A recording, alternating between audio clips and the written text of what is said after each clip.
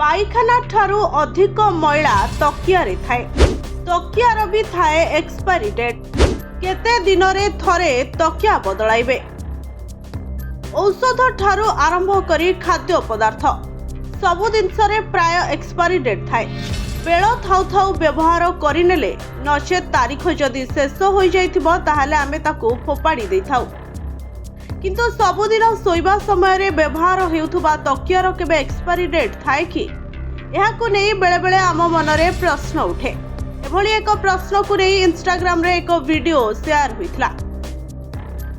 Video रे कुहा जाइथिला अनेक समय रे आमे तकिया को मोड़ी थाउ। सही समय रे जदि तकिया पूर्व अवस्था को न आसे ताहेले ताकू फोपाड़ीबार समय आसीगलानी बोली जानि नियंतु। कारण सेतबेले तकियार एक्सपायरी डेट पलाई जाई थाए। एही मामला को नै जातीय गणमाध्यम रे एक रिपोर्ट प्रकाश पाइथिला।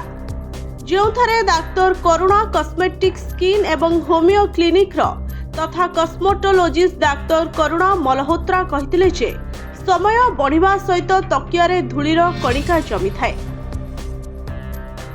मुंडरे डेड स्किन सेल एवं तेल जमा हेबाकू लागि थाए। एभली समय रे लंबा समय धरी गोटिए तकिया व्यवहार कले चर्म संबंधी रोगर शिकार हेबाकू पड़िथाए। एभली तकियारे किछि समय परे बैक्टेरिया एवं मैला मध्य जमीबारे लागे, जहा द्वारा मुहरे दाग एवं एलर्जी भली समस्या भी देखा देइथाए।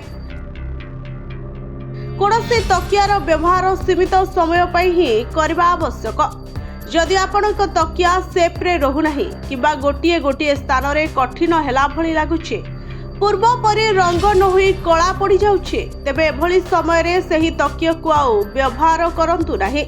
एभली तकिया रे बैक्टेरिया जमीबा सह बेकरे जंत्रणा मध्य कराई थाए। ब्यूरो रिपोर्ट जनता टीवी।